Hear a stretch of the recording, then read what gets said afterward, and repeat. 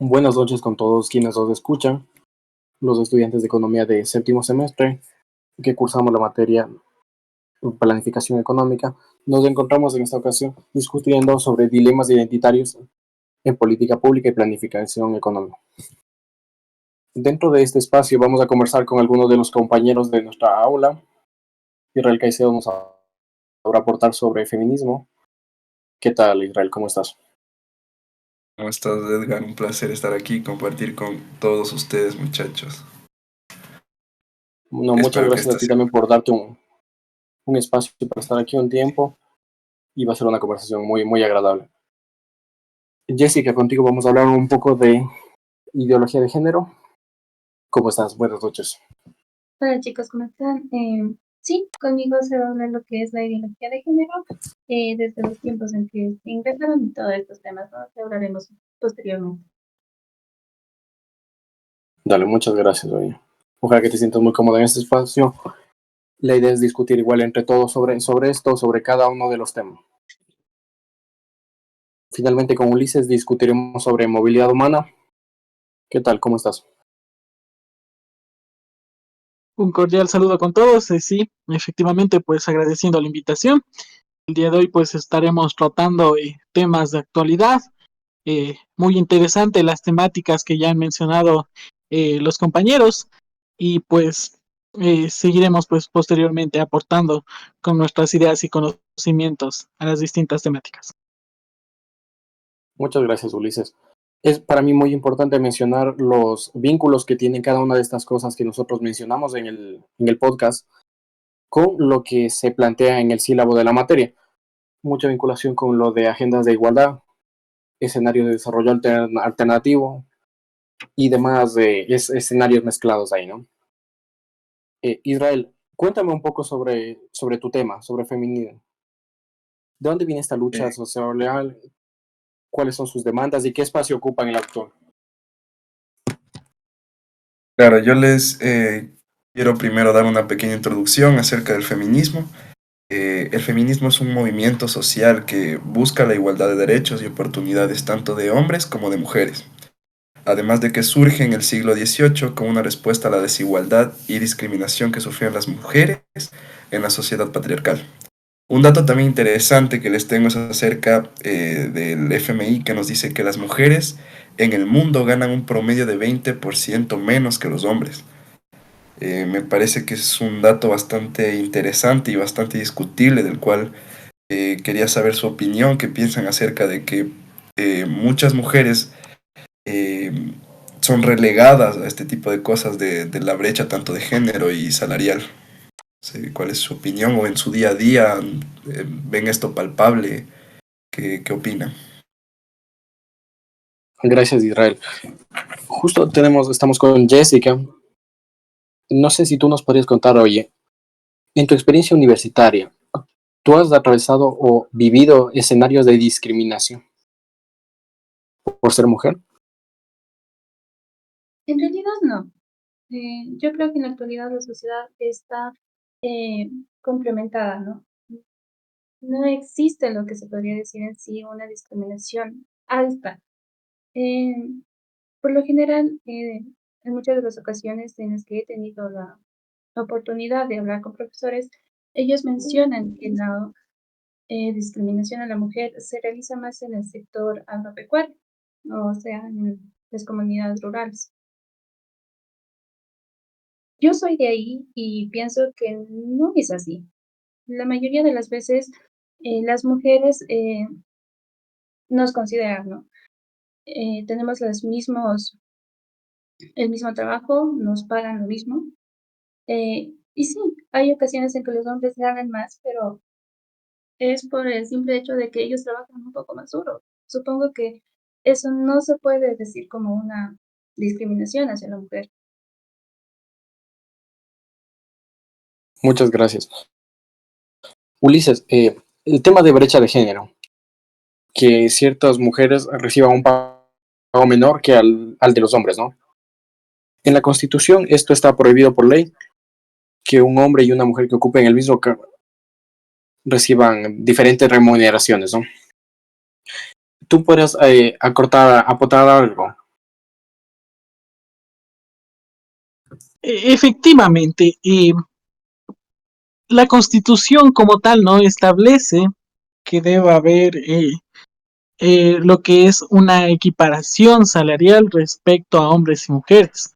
Sin embargo, actualmente la legislatura actual ha tomado el día de hoy exactamente, pues se encuentra la Asamblea Nacional tratando lo que es la objeción parcial del presidente Noboa referente a al proyecto de equiparación salarial de hombres y mujeres. Me parece pues que es un tema muy relegado que se debía tratar hace mucho tiempo. Hace mucho tiempo. Yo considero en lo personal pues que tanto hombres como mujeres nos encontramos en igualdad capacidad, igualdad habilidad, aptitud para ejercer cualquier tipo de cargo. Por lo tanto, la remuneración debería ser equitativa, sin distinción alguna, no, no solamente hombres y mujeres, sino también otros grupos minoritarios como pueden ser las personas con discapacidad o personas con distintas etnias. Muchas gracias, Ulises. Qué chévere tener tu opinión por aquí. Algo que a mí me parece súper interesante de esto es que a veces sacamos del debate de feminismo el tema de biología, ¿no? El tema de genéticamente qué prefiere un hombre, qué prefiere una mujer. Muchas veces ciertas áreas relacionadas, por ejemplo, con tareas de cuidados, como lo puede ser quizá la enfermería, ¿no? Pensemos en un hospital. Bueno, la mayoría de hombres suelen ocupar los cargos de cirujanos, de doctores, y existe una gran participación de la mujer dentro de roles como lo de las enfermeras, ¿no? Entonces, a veces creo que este tema de brecha de género también ignora un poco el tema de libre decisión, a partir de los cuales, como hombres y como mujeres, tenemos distintas decisiones. Bueno, gracias a Dios, es así, gracias a Dios podemos decidir qué queremos hacer con nuestras vidas, pero que eso a veces excluye de este tema del análisis de la brecha de género, ¿no? Israel, tú tienes un tema de tesis vinculado con esto, ¿no? ¿Nos puedes contar un poquito de qué se trata tu tema de tesis y qué analizas dentro de él? Claro, con gusto. Y justo, o sea, lo que mencionas acerca de las enfermeras y este tipo de cosas, con respecto al COVID-19, en tiempos de pandemia, eh, con respecto a mi tesis, que yo estoy analizando las crisis, cómo impactaron las crisis en la participación laboral de la mujer. Entonces, una de estas crisis, obviamente, es el COVID-19, el cual ha impactado en y todo este tipo de temas. A lo que me voy es que con la llegada de la pandemia, muchas mujeres empezaron a hacer trabajo doméstico y de cuidado, tanto en casas, en hospitales. Entonces ese porcentaje fue más elevado en las mujeres que en los hombres. Eso te tengo que decir acerca de ese tema. Gracias, Israel.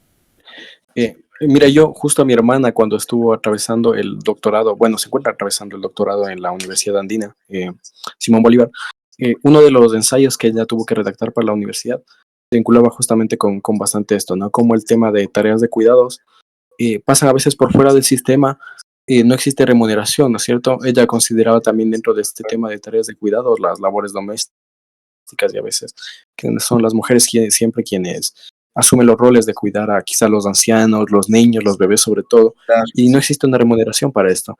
En tu análisis, ¿tú percibes que este tipo de acciones, para ti personalmente, tienen que ver con la biología, tienen que ver más con la forma de ser de las mujeres y que ellas prefieran asumir este tipo de roles? ¿O existe quizá algún tipo de lo que suele llamarse un pacto patriarcal en el que se delega a las mujeres sin que sea una elección de ella asumir este tipo de roles, ¿no? Entiéndase, amas de casa y cuidados de los niños. Yo creo que es un tema cultural. Eh, durante años se ha dado lo mismo, de que la mujer se queda en la casa y el hombre va a buscar el pan, o el hombre se va a la guerra y la mujer se queda en la casa. Entonces, yo creo que es básicamente estamos acostumbrados a esto, eh, a que las mujeres se queden cuidando a los bebés, a los ancianos, y los hombres sean quienes van a trabajar. No sé si sea algo patriarcal, o sea, en parte sí, pero es algo que se ha dado a lo largo de toda la historia. Entonces es algo que se ha ido un poco por esto de las marchas feministas y este tipo de cosas que las mujeres buscan cambiar esto, pero yo creo que es más con respecto al tema cultural.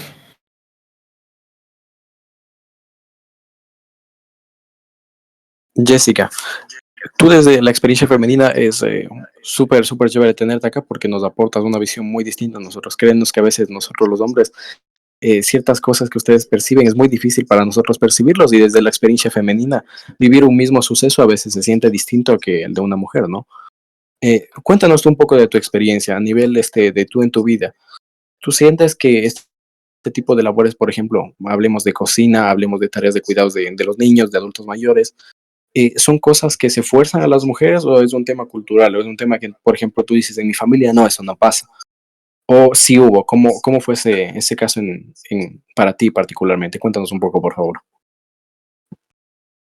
Bueno, en mi caso, la verdad es que mi familia es, eh, se podría decir que diferente. Aquí todos hacemos lo que son las funciones del hogar. El que se queda en casa tiene que cocinar, sí, y los que están afuera, pues, a trabajar.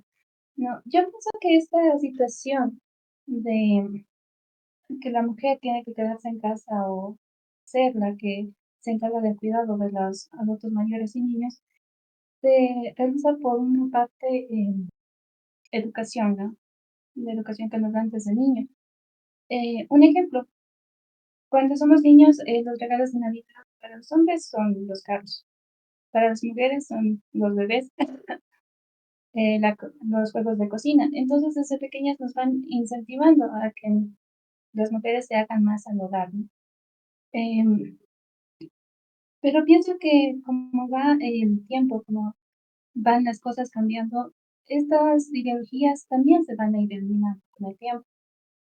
Actualmente yo tengo sobrinas, ya no juegan con muñecas, no les gusta los jueguitos de cocina, sino que prefieren un balón, incluso juegan con camioncitos y todas estas situaciones. Entonces yo creo que en la brecha que antes a las generaciones anteriores nos dividían, en las generaciones futuras va a desaparecer.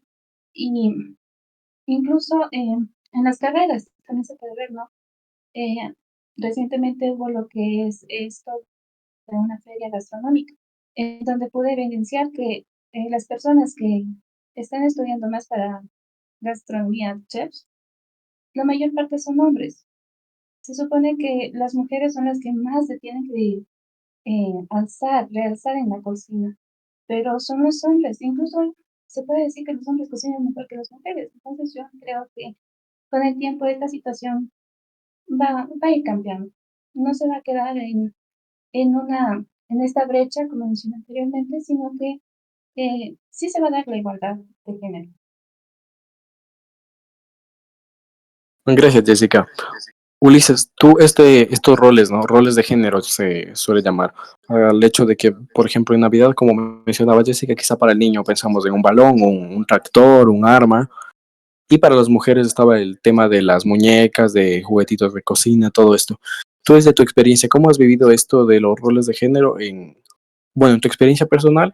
Y si por ahí tienes de pronto algún conocido, niños, si sigues viendo que esto todavía está presente o ya se ha hecho una disrupción a lo que tradicionalmente se hacía en ese sentido. Cuéntanos un poco, por favor. Efectivamente, lo que mencionabas, Edgar, pues en tu última intervención, pues eh, conforme ha ido evolucionando nuestra sociedad, nuestro pensamiento como tal, hemos visto asimismo profundos cambios en lo que es la forma de pensar de las personas. Yo considero actualmente, pues lo que ya mencionó Jesse e Israel, que esto es un concepto, lo de los roles, es algo más un proceso histórico de estigmatización que se viene ya dando incluso, yo diría, me atrevería a decir desde tiempos bíblicos, donde a la mujer por lo general se le asigna determinados roles, al hombre determina asimismo otro tipo de funciones y existe ese tipo ahí de norma que nos dice la tradición, ¿no? Que la mujer se tiene que dedicar a X tarea y el hombre también lo tiene que realizar, pues, de la misma forma. Cuando en la práctica, ya hemos visto como tal que no es así, que no es así, que tanto hombres podemos hacer funciones que tradicionalmente estaban enfocadas en lo que es la mujer y viceversa, ¿no? Lo que es la mujer también está en toda la capacidad de realizar este tipo de funciones que la sociedad principalmente, los individuos que conformamos una comunidad social como tal, hemos estigmatizado a través de la tradición oral, a través de las costumbres, a través de las prácticas, un estigma malo hacia la mujer, determinándole y limitándole a que cumpla unos roles en específico. Yo te diría pues que en la experiencia personal, en el caso ecuatoriano ya como tal, aún existe ese tipo de estigma. De forma pues un poco más resumida, siempre pues incluso en los colores, ¿no? Se le asigna típicamente pues el color azul a lo que es el hombre y el color rosa a la mujer, ¿no? Incluso desde esas pequeñas cosas como son los colores, tenemos nosotros un estigma hacia lo que es los roles de la mujer y el hombre. Eso podría comentar, estimados compañeros. Ulises, dos cuestiones sobre eso que mencionas. Primero que nada, quedémonos con el tema y dialoguemos de una en una para no hacer un diálogo desordenado. ¿Tú consideras que hombres y mujeres somos biológicamente bastante similares? Creo que hay condiciones evidentes de diferencia, ¿no? Pero tú mencionabas justamente el tema de los colores. ¿Tú dirías que quizá hombres y mujeres no tenemos esas preferencias ya dadas por nuestra biología y distinta por ciertos colores, por ciertas cosas? ¿Tú consideras eso que es algo más inculcado y lo que suele atribuirse a algo más bien cultural dentro de la sociedad?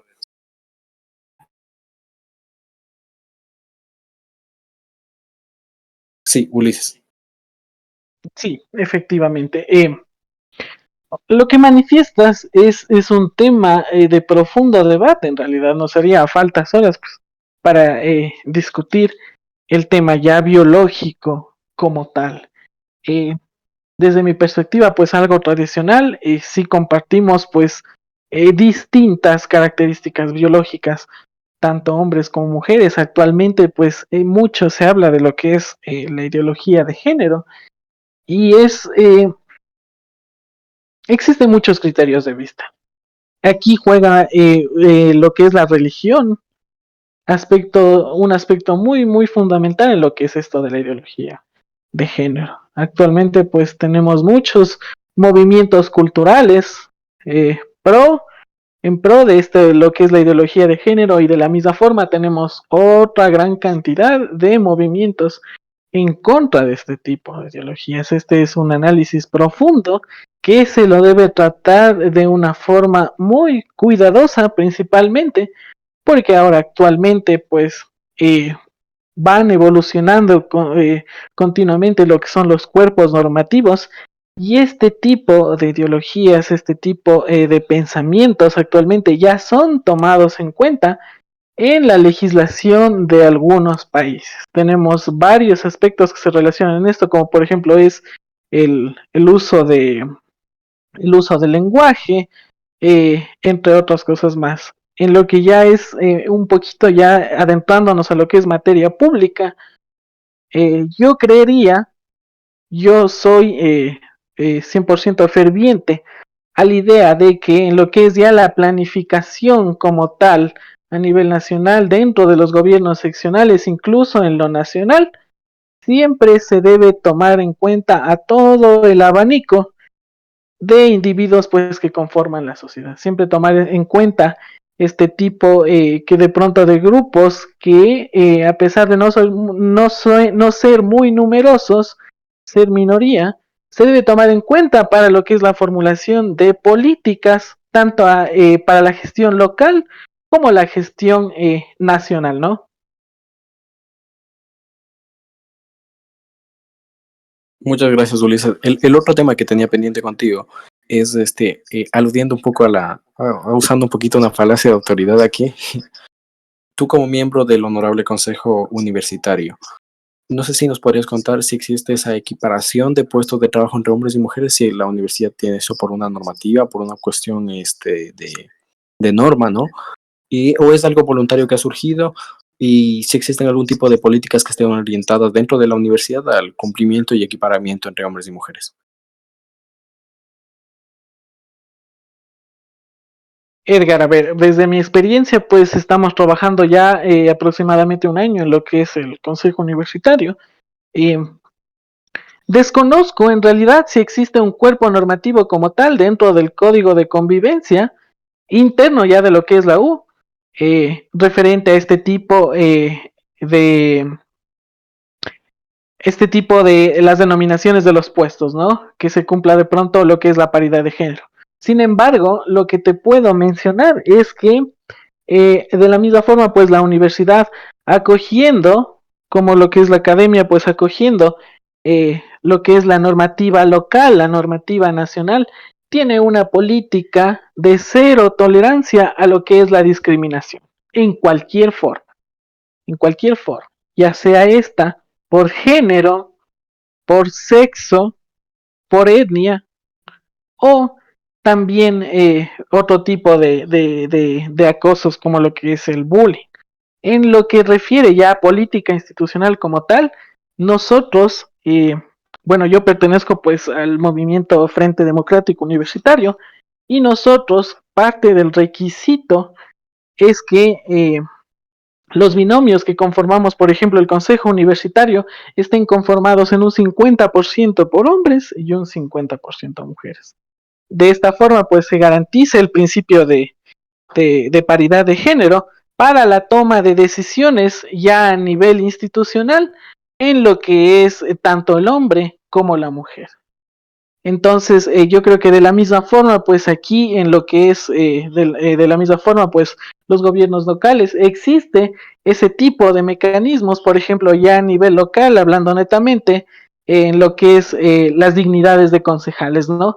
Que se debe cumplir con esta paridad, en lo que es el prefecto, el viceprefecto, y de la misma forma, pues en los gobiernos locales ya como tal debe existir esta normativa institucional. Si es que no la existe, debe estar sentado dentro de una ordenanza o dentro de un código de convivencia institucional, incluso en lo que es la presentación del plan que las autoridades antes de convertirse pues en estas en la etapa de las candidaturas deben presentar pues ante el CNE lo que es su plan de trabajo y posteriormente este se traduce ya en el plan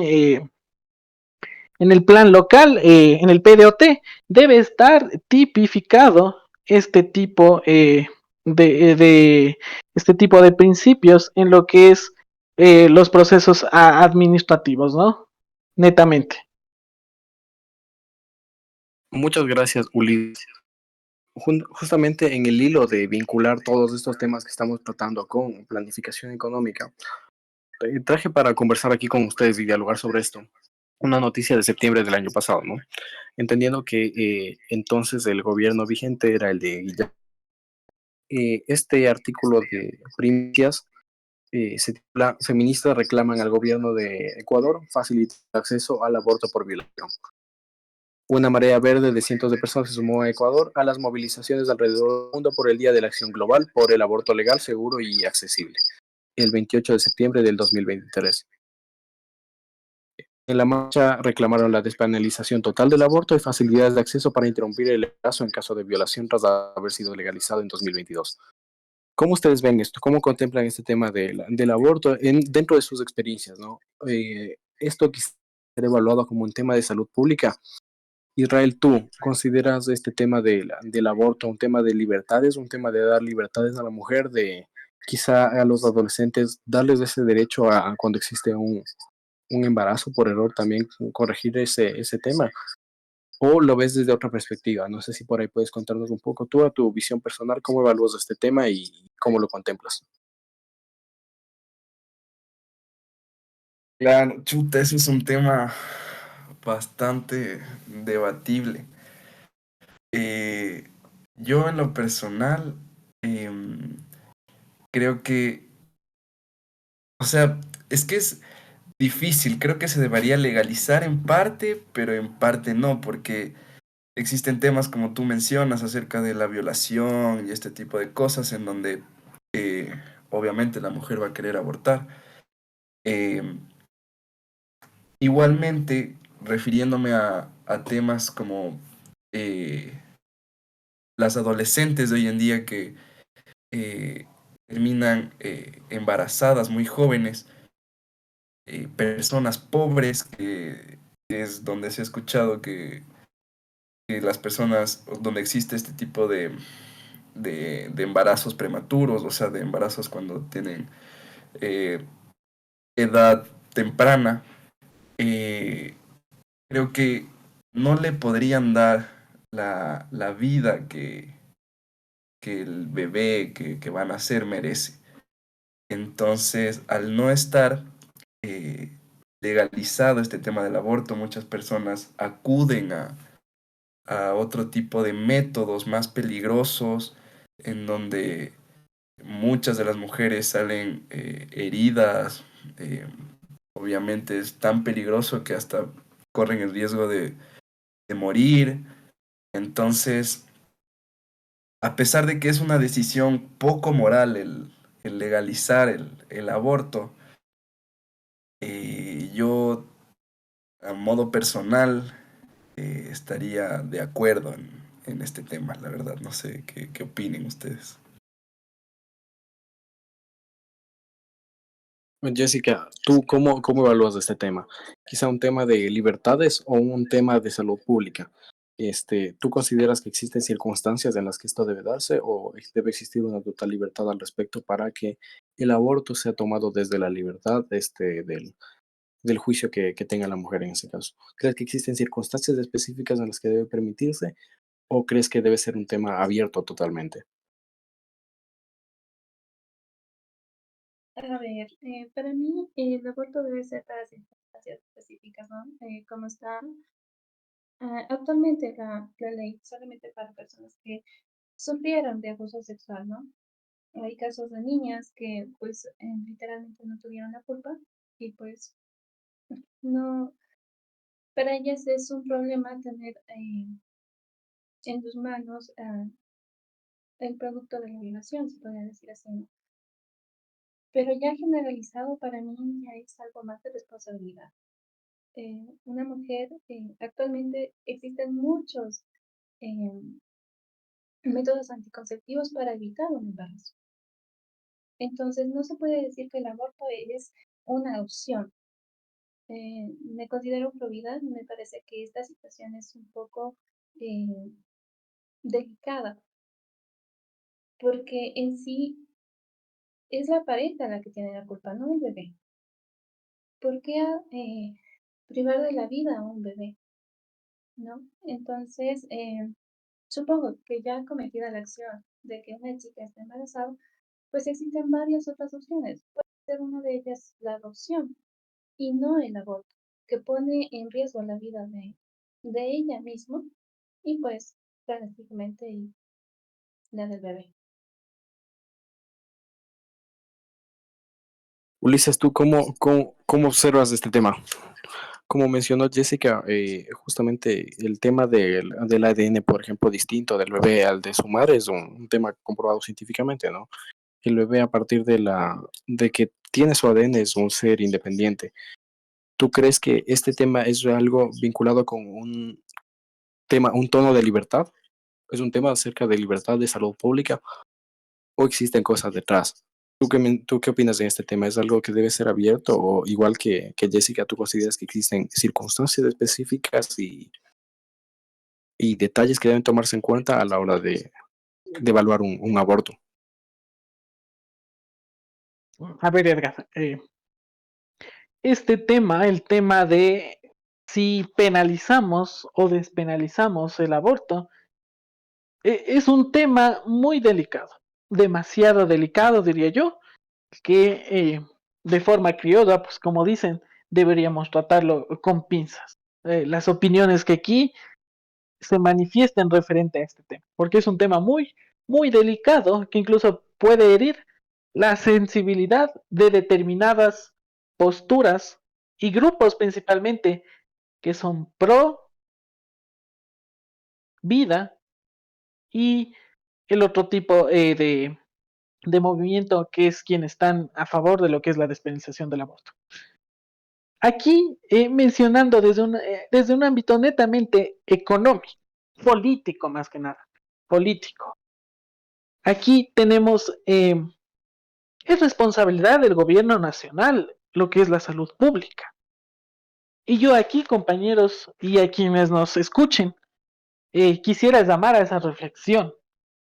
Ustedes tendrán conocimiento de que conforme pues se van sucediendo los distintos gobiernos, se vuelve ley que estos presenten un plan nacional de desarrollo, pues que es lo que van a ir desarrollando a lo largo de su gobierno. Y cómo no aquí considerar el ámbito de la salud pública. Yo creo que es una gran deuda. Aquí netamente haciendo pues un análisis crítico, yo considero que es una gran deuda de parte del gobierno nacional el enfocar en los planes de desarrollo, incluso a nivel local también, los distintos GACs descentralizados, el darle la prioridad de la salud pública únicamente enfocado a otro tipo de enfermedades que suelen ser por lo generalmente comunes, como son las influencias que actualmente son tendencia. Muchas gracias a todos por los aportes realizados en este segmento y recapitulamos un poco, ¿no? Esta lucha social viene de hace años atrás, ¿no? En una sociedad en la que quizá estaban presentes justamente en el momento que nace esta lucha de una forma más aguda esas diferencias de género que existían. A día de hoy persisten muchos de estos justamente prejuicios, estereotipos, los roles de género quizá por ahí se encuentran presentes todavía, pero evaluamos que a nivel general ha habido una disminución en cuanto al tema de discriminación, ¿no? A nivel institucional existen normativas que protegen a la mujer en este sentido y bueno, que sea una lucha que ha tenido frutos y que ojalá que siga teniendo progreso en este sentido, ¿no? Que si existe diferencia en la actualidad, bueno, que eso en un futuro pueda ser eliminado por completo y respecto a las luchas, a las demandas sociales en particulares como el tema del aborto, bueno, evaluamos que eso es un tema de un juicio que requiere un análisis mayor. No obstante, existen ciertas particularidades en las que quizá podríamos tomar en cuenta que es las condiciones en las que este se presenta, ¿no? Más allá de un tema de libertad, incluso creo que es también un tema de ciencia también, el tema de vincular a una nueva vida y quizá de no responsabilizar o recriminar a esta sobre las circunstancias que hayan pasado con la madre. En todo caso, este requiere un análisis mayor y ojalá, Dios lo quiera, quizá en un próximo podcast podamos discutir a profundidad sobre este tema. Abordemos el segundo segmento que teníamos programado para esta charla, el tema de ideología de género. Entonces, Jessica se ha preparado en ese sentido sobre este tema y queremos escucharte, Jessica. Tenemos muchas ganas de oír lo que nos tienes para contar al respecto. Te escuchamos. Bueno, en lo que es la ideología de género, esta surge a partir de 1960. Es aquí donde se comienza a mencionar que el género es una construcción social y cultural y no una idea netamente al sexo, ¿no? Eh, para la ideología de género existen dos posturas, los que están a favor y los que están en contra. Los que están en contra, por lo particular, tienen varios argumentos. Yo he investigado tres de estos que me parecieron los más importantes, en el que menciona que la ideología de género destruye a las familias y por consiguiente a la sociedad. El segundo es la adopción de, por parte de matrimonios homoparentales y la tercera es el caso de las personas transgénero en el tema de los deportes, ¿no? Entonces, me gustaría conversar estos tres temas con ustedes, compañeros, y saber sus opiniones, ¿no? Jessica, tú justamente como mujer, ¿Cómo observas este tema de muchas veces la apertura de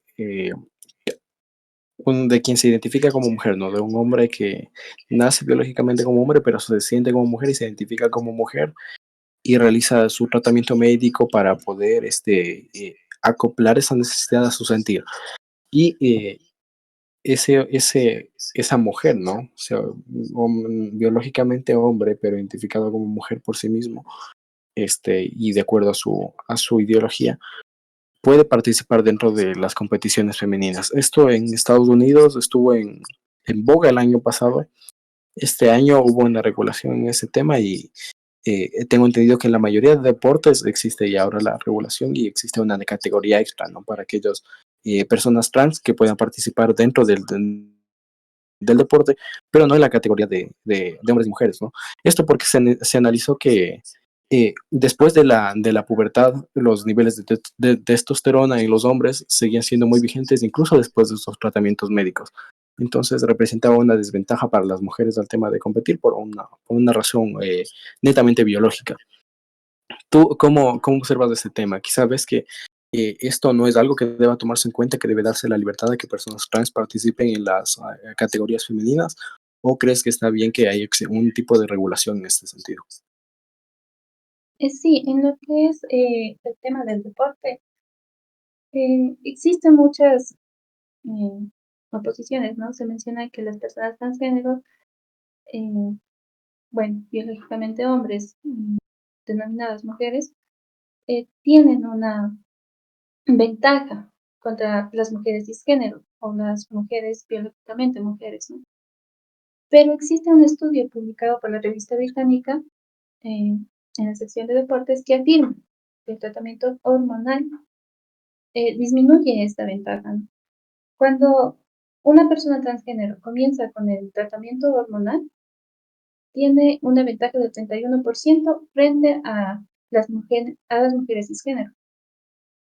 Pero a partir de este tratamiento, después de 2 años, esta, esta ventaja literalmente se disminuye a un 9% solo en el caso de atletismo, ¿no? Entonces, en los demás, como son las levantamiento de pesas, natación, eh, pues la ventaja ya no existe prácticamente, por los casos del tratamiento hormonal, claro está. En caso de no tener de estos tratamientos, porque muchas de las personas transgénero no tienen eh, la intención de hacerse este tratamiento hormonal, pues existe un código. Por ejemplo, en los Juegos Olímpicos existe un código en el que se menciona que tiene que pasar 2 años de tratamiento hormonal para poder entrar a los Juegos, ¿no? Entonces, en sí, yo creo que no existe ventaja, ya que las regulaciones están muy bien puestas. En solo esta falla en el caso del atletismo, donde se supone que hay una ventaja del 9% a favor de las personas transgénero, ¿no? Y en lo demás, pues no. Hay un ejemplo, ¿no? De una nadadora estadounidense, si no estoy mal, se llamaba Lia Thomas. Esta mujer transgénero fue muy nombrada por el año 2022, ya que ganó lo que es una competencia universitaria, que es una de las más importantes de Estados Unidos. Pero a finales de 2022 se demostró que esta mujer transgénero perdió en varias ocasiones, entonces no existe una ventaja en sí. Ulises, este tema de deportes y de categorías para personas trans, ¿cómo le evalúas tú? ¿Dentro de la universidad existe algún registro o algún tipo de información sobre representación del colectivo LGTB en la universidad? ¿Existe algún número aproximado o es un tema que se maneja más bien por discreción y por respeto a la privacidad de los estudiantes? Efectivamente, lo último que mencionaste, pues existe un ámbito discrecional referente al manejo de esta información que es un poco delicada, ¿no? Eh, Se tiene los datos en el momento en que tú llenas como estudiante lo que es la ficha una ficha personal socioeconómica, existe ese tipo de apartados donde tú puedes señalar, obviamente, lo que es tu autoidentificación. Entonces, existe ese dato, existe. Más bien no es de conocimiento pues de la comunidad universitaria como tal, de forma general. Sin embargo, el dato existe, es manejado de forma interna a través del DBU, que viene a ser el Departamento de Bienestar Universitario, para identificar posibles grupos que sean vulnerables, que principalmente viene a ser el acoso, ¿no? Te recuerdo nuevamente pues que la universidad maneja una política de cero tolerancia a este tipo de cuestiones. Muchas gracias por tu aporte, Ulises. Efectivamente, un tema súper interesante este que mencionas. Quería traer a discusión justamente lo que mencionó Jessica hace un momento, ¿no? El tema de la adopción homoparental y la destrucción de familias que habría, ¿no es cierto? Si es que es tal, ¿no? Si es que existe, se reproduce como tal la consecuencia. Jessica, coméntanos un poquito sobre estos dos temas, la adopción homoparental y el argumento que existiría, ¿no? Sobre los detractores de este tema de ideología respecto a la familia. Bueno, en lo que es la destrucción de la familia, las personas que están en contra de la ideología de género se basan en lo que es más la religión, ¿no? Ellos argumentan que según la religión, el núcleo de la sociedad es la familia. Y bueno, la familia clásica, ¿no? La que sabemos que es el papá, la mamá. Y son este tipo de parejas las que tienen el derecho a engendrar, ¿no? También se menciona que las personas LGBT o homosexuales, como se les puede llamar, eh,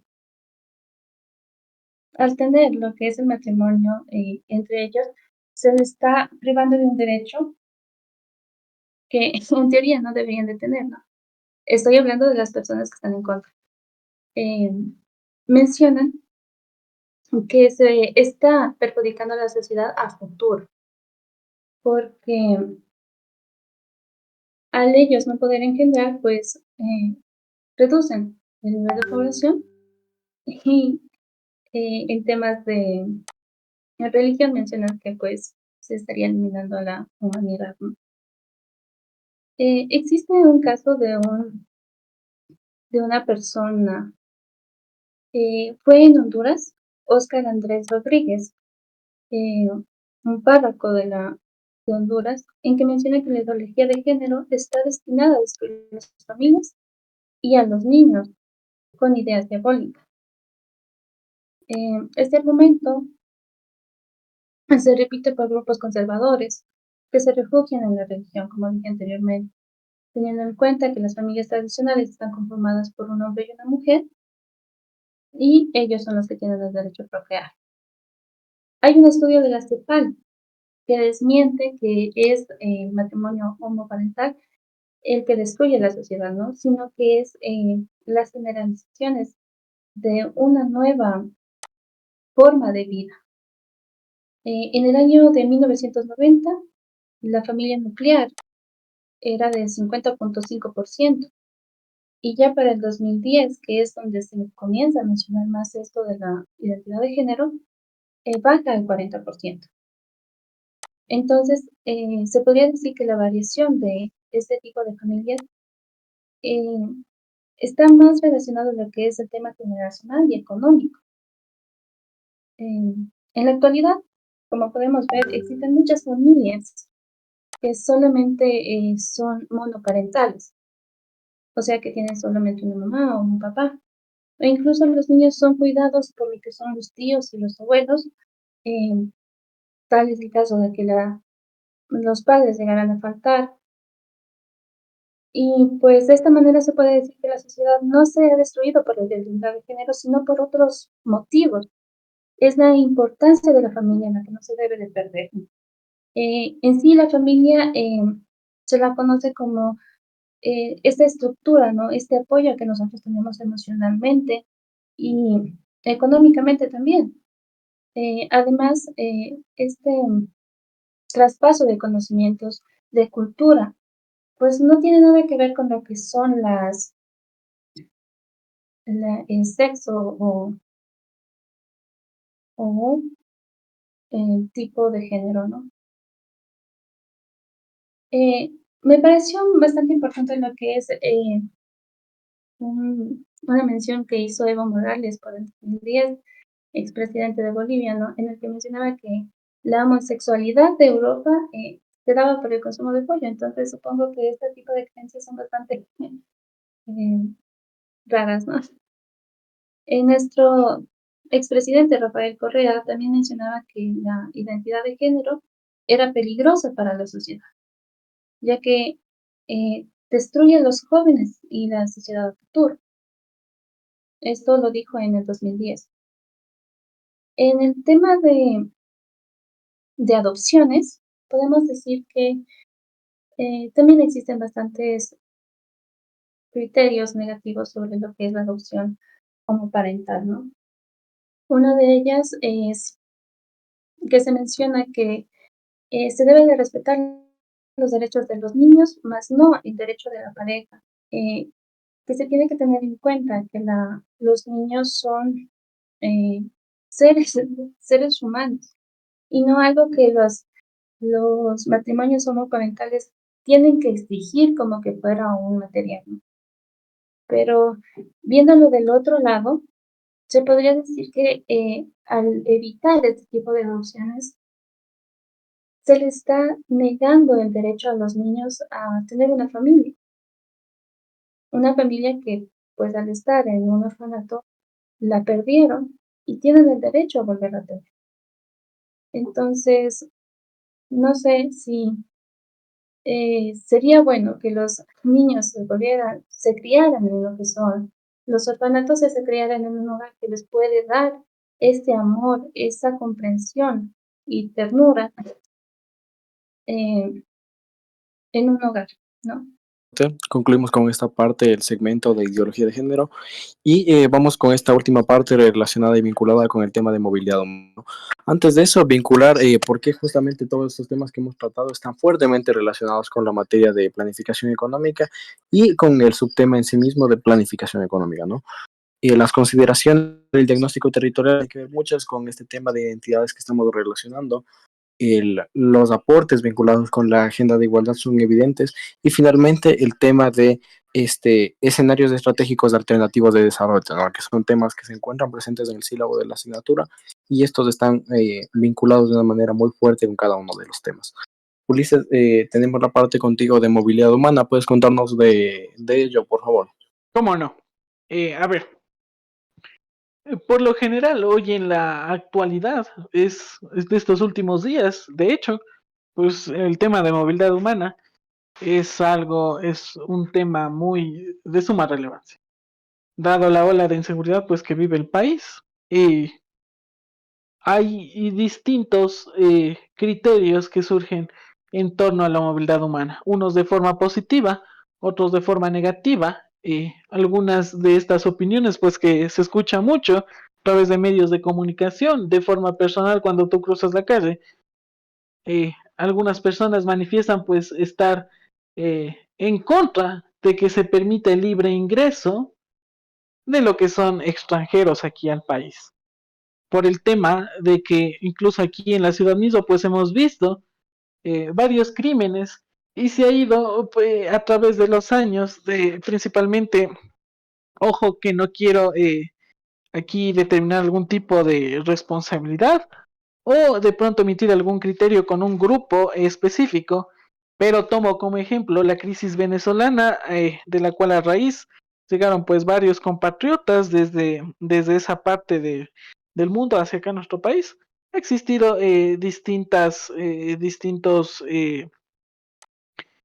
distintos hechos que han marcado que la población de aquí local sienta algún tipo de sentimiento despectivo hacia este tipo de personas.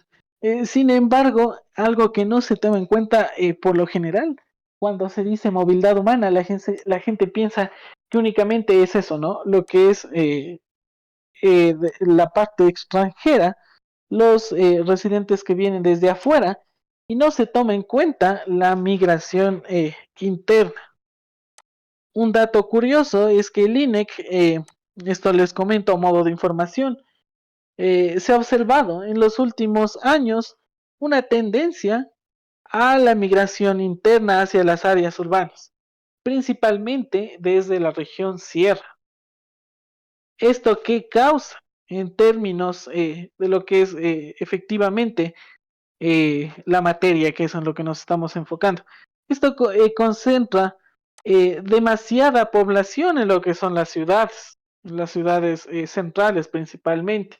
Esto nos genera un desafío a nosotros como conocedores del tema de lo que es la planificación territorial en términos de infraestructura y servicios en lo que es este tipo de espacios, ¿no? A veces esta migración desborda y opaca lo que es la capacidad de gestión que tienen los organismos locales para cubrir este tipo de necesidades. Tenemos varios problemas que se desbordan a falta de esto, como una ineficiente cobertura de, por ejemplo, lo que es servicios básicos, red de agua potable, red de energía eléctrica, recolección de basura, alcantarizado, entre otros.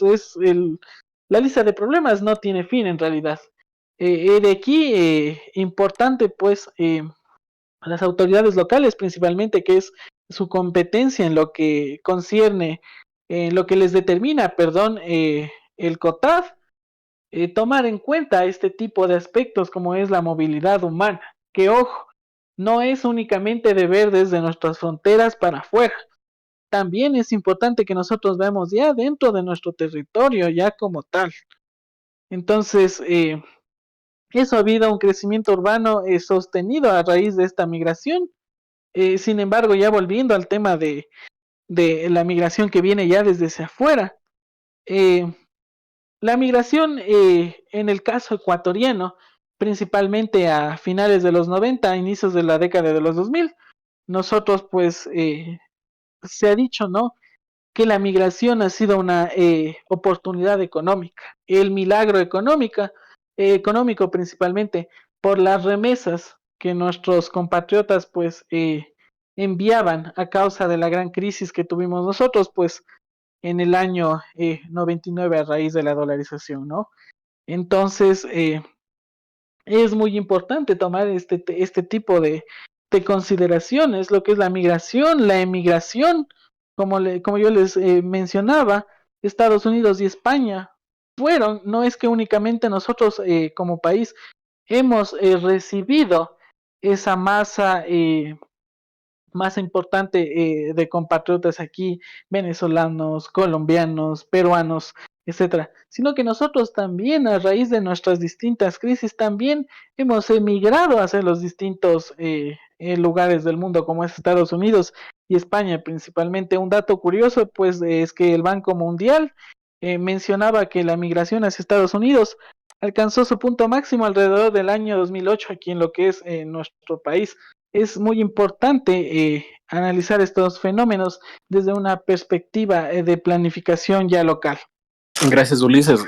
Israel, coméntanos un poco cómo evalúas tú este tema de movilidad humana. Para ti, desde tu enfoque, ¿qué políticas podrían justamente ejecutarse para contener un control sobre este flujo migratorio que recibimos en el país?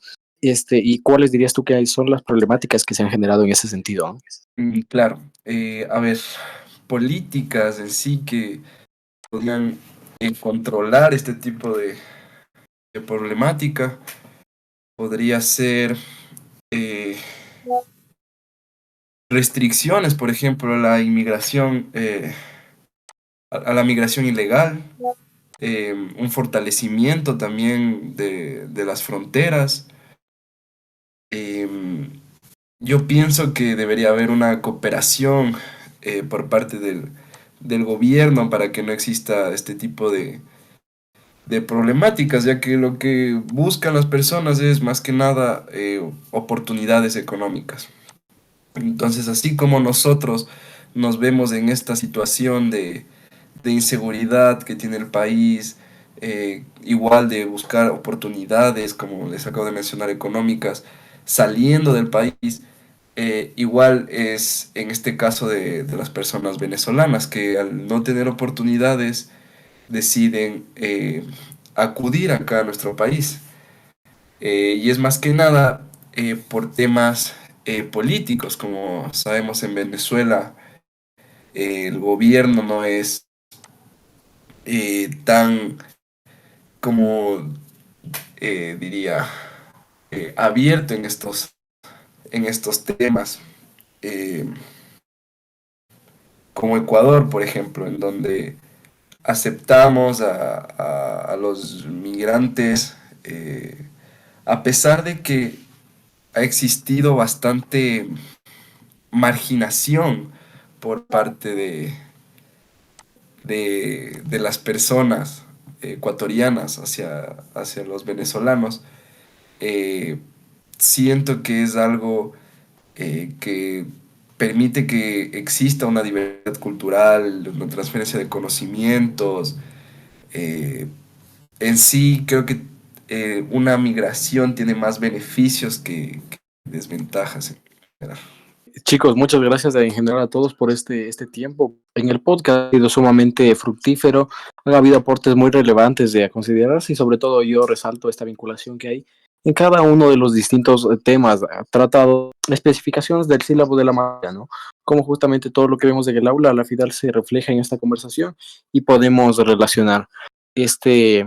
Israel, te dejo un minutito para que te despidas. Te agradezco mucho tu presencia. A ti, Edgar, muchas gracias. Me pareció muy interesante este podcast. Me encantó compartir con todos ustedes sus iniciativas, sus propias vivencias. Fue algo muy instructivo y a ti también, Edgar, gracias por estructurar muy bien este podcast y a mis compañeros igual. Espero que nos podamos volver a reunir en otro momento. A ustedes de nuevo muchas gracias, a quienes nos oyen también, ha sido un espacio agradable y espero que se hayan sentido cómodos. Jessica, un minutito para que te despidas.